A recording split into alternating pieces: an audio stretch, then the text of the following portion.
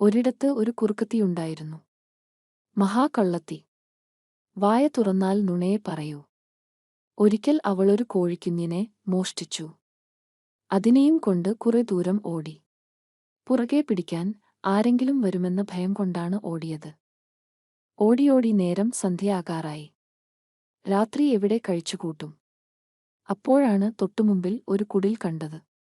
കുടിലിന്റെ മുന്നിൽ കാലും നീട്ടിയിരുന്നു നാമം ചൊല്ലുന്ന ഒരമ്മൂമ്മ. തിണ്ണയിലിരുന്ന് ബീഡി വലിക്കുന്ന ഒരു പൂപ്പൻ. ഒരു വശത്ത് ഒരു കൂടുണ്ട്. കൂട്ടിൽ നിറയെ താറാവുകളും. കുറുക്കത്തിക്ക് ഉടനെ തോന്നി ഒരു ഭയം. കുടിലിന്റെ മുറ്റത്തേക്ക് കോഴിക്കുഞ്ഞിനെയും കൊണ്ടു ചെന്നിട്ട് അവൾ പറഞ്ഞു: "അപ്പൂപ്പാ, നമസ്കാരം, ഞാനിവിടെ ഒരു രാത്രി തങ്ങിക്കോട്ടെ?" അപ്പോൾ അമ്മൂമ്മ പറഞ്ഞു: "അയ്യോ, ഞങ്ങളുടെ കുടിൽ ചെറുതാണ്. ഒരു മുറി മാത്രമേയുള്ളൂ." അപ്പോൾ കുറുക്കത്തി വിനയം നടിച്ചു പറഞ്ഞു: "അയ്യോ, അതിനെന്താ അമ്മൂമ്മേ, ഞാനീ ഉമ്മറത്തു കിടന്നോളാം. കോഴിക്കുഞ്ഞിനെ സൂക്ഷിക്കാൻ ഒരിടം തന്നാൽ മതി." അപ്പോൾ അപ്പൂപ്പൻ പറഞ്ഞു: ശരി ശരി, അങ്ങനെയാവട്ടെ. കോഴിക്കുഞ്ഞിനെ ഞങ്ങളുടെ അടുക്കളയിൽ അടുപ്പിന്റെ ചാരത്ത് വെച്ചോളൂ. കുറുക്കത്തി അങ്ങനെ ചെയ്തു. പക്ഷേ രാത്രി എല്ലാവരും ഉറങ്ങിയപ്പോൾ കുറുക്കത്തി എഴുന്നേറ്റു കോഴിക്കുഞ്ഞിനെ കറുമുറാ തിന്നു. തൂവലുകളെ ഒക്കെ ഒളിപ്പിച്ചു. തിരിച്ചു പുറത്തുവന്നു കിടന്നുറങ്ങുകയും ചെയ്തു. പിറ്റേ ദിവസം രാവിലെ എഴുന്നേറ്റു മുഖമെല്ലാം തേച്ചുകഴുകി. എന്നിട്ട് അപ്പൂപ്പനോട് കുറുക്കത്തി ചെന്നു ചോദിച്ചു: "എന്റെ കോഴിക്കുഞ്ഞ് എവിടെ അപ്പൂപ്പാ? ഇവിടെ കാണാനില്ലല്ലോ." അടുപ്പിന്റെ അടുത്തുണ്ടാവും കുറുക്കത്തി. "ഞാൻ അവിടെയെല്ലാം നോക്കിയപ്പൂപ്പാ. അവിടെങ്ങും കണ്ടില്ല." അതും പറഞ്ഞിട്ട് കുറുക്കത്തി ഇരുന്നു കരയാൻ തുടങ്ങി. "എന്റെ കയ്യിലുണ്ടായിരുന്നത് ആകെ ആ കോഴിക്കുഞ്ഞാണ്. അതുപോയി. ഇനിയിപ്പോൾ നിങ്ങളെനിക്ക് പകരം ഒരു താറാവിനെ തരണം." വേറെ വഴിയില്ലാത്തതിനാൽ അമ്മൂമ്മ ഒരു താറാവിനെ കുറുക്കത്തിക്ക് കൊടുത്തു. കുറുക്കത്തി അതിനെ ഒരു ചാക്കിലിട്ട് ഓടിപ്പോയി. ഓടിയോടി പിന്നെയും സന്ധ്യയായപ്പോൾ വേറെ ഒരു കുടിലിൽ ചെന്നുകയറി അവിടെയും രാത്രി കഴിച്ചുകൂട്ടാൻ സമ്മതം മേടിച്ചു. കുറുക്കത്തി താറാവിനെ ആ വീട്ടിലെ കുളക്കോഴികളുടെ കൂടെ ഇടുകയും ചെയ്തു. രാത്രി എഴുന്നേറ്റ് താറാവിനെ തിന്നു. പിറ്റേ ദിവസം മുഖമൊക്കെ കഴുകി വീട്ടുകാരോട് തന്റെ താറാവിനെ തിരിച്ചു തരണമെന്നു പറഞ്ഞു. "അയ്യോ, ആകെ ഒരു താറാവേ എന്റെ പക്കലുണ്ടായിരുന്നുള്ളൂ. അതുപോയി. ഇനി പകരം നിങ്ങളൊരു കുളക്കോഴിയെ എനിക്ക് തരണം." വേറെ വഴിയില്ലാതെ ഗൃഹനാഥൻ ഒരു കുളക്കോഴിയെ കുറുക്കത്തിക്കു കൊടുത്തു. കുറുക്കത്തി കുളക്കോഴിയെ ചാക്കിലിട്ട് അവിടെ നിന്നും ഇറങ്ങി. നടന്നു നടന്നു സന്ധ്യയായപ്പോൾ വേറൊരു കുടിലിന്റെ മുമ്പിലെത്തി. അവിടത്തെ വീട്ടുകാരൻ മുറ്റത്ത് ഉലാത്തുന്നുണ്ടായിരുന്നു. കുറുക്കത്തി വീട്ടുകാരനോട് ചോദിച്ചു: വീട്ടുകാരാ, വീട്ടുകാരാ, ഞാനിവിടെ ഒരു രാത്രി തങ്ങിക്കോട്ടെ?" പറ്റില്ല കുറുക്കത്തി.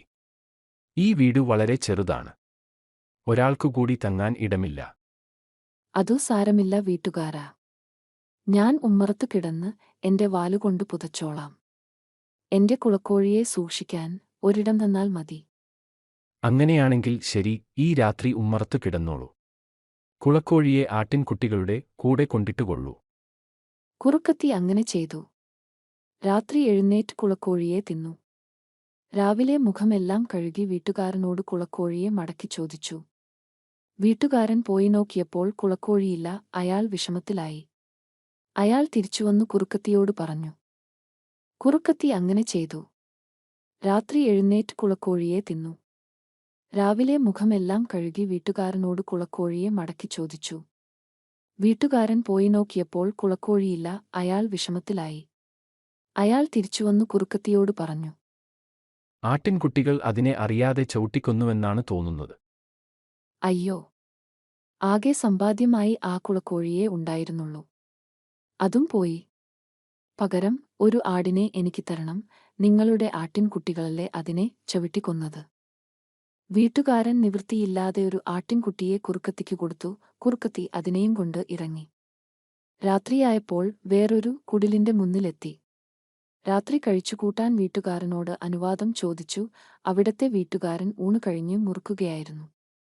ഇവിടെ അത്ര സ്ഥലമൊന്നുമില്ല കുറുക്കത്തി. അതുകൊണ്ട് ഇവിടെ താമസിക്കാൻ പറ്റില്ല. "അതു സാരമില്ല വീട്ടുകാരാ. ഞാൻ ഉമ്മറത്തു കിടക്കാം, വാലുകൊണ്ട് പുതച്ചോളാം. നാളെ വെളുപ്പിനു തന്നെ പോവുകയും ചെയ്യാം." എങ്കിൽ ശരി, കുറുക്കത്തി ഇവിടെ കിടന്നുകൊള്ളൂ. പക്ഷേ ഞാനെന്റെ ആട്ടിൻകുട്ടിയെ എവിടെയിടും വീട്ടുകാരാ?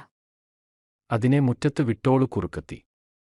കുറുക്കത്തി രാത്രി എഴുന്നേറ്റ് ആട്ടിൻകുട്ടിയെ കൊന്നുതിന്നു. പിറ്റേ ദിവസം രാവിലെ മുഖവും മേലും കഴുകി വന്ന് വീട്ടുകാരനോട് ആട്ടിൻകുട്ടിയെ തിരിച്ചുതരാൻ പറഞ്ഞു.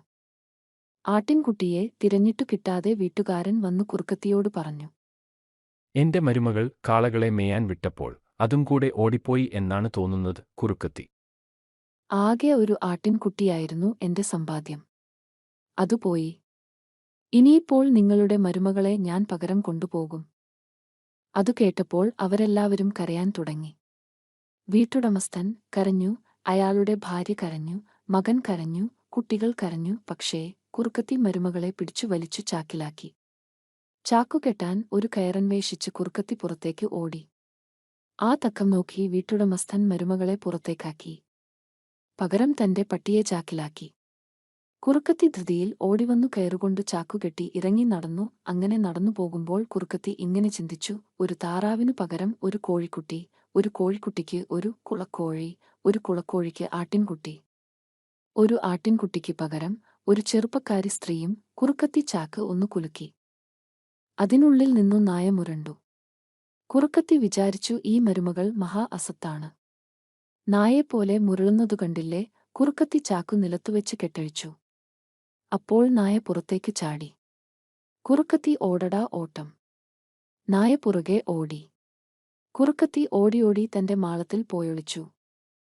നായയോ മാളത്തിനു പുറത്തു കാവലുമായി. അങ്ങനെ ഒരു ദിവസം മുഴുവൻ കുറുക്കത്തി മാളത്തിലിരുന്നു. അപ്പോൾ കുറുക്കത്തിക്ക് വിശക്കാൻ തുടങ്ങി. വിശപ്പെന്നു വെച്ചാലോ, ഭയങ്കര വിശപ്പ്. കുറുക്കത്തി എന്തു ചെയ്തുവെന്നോ?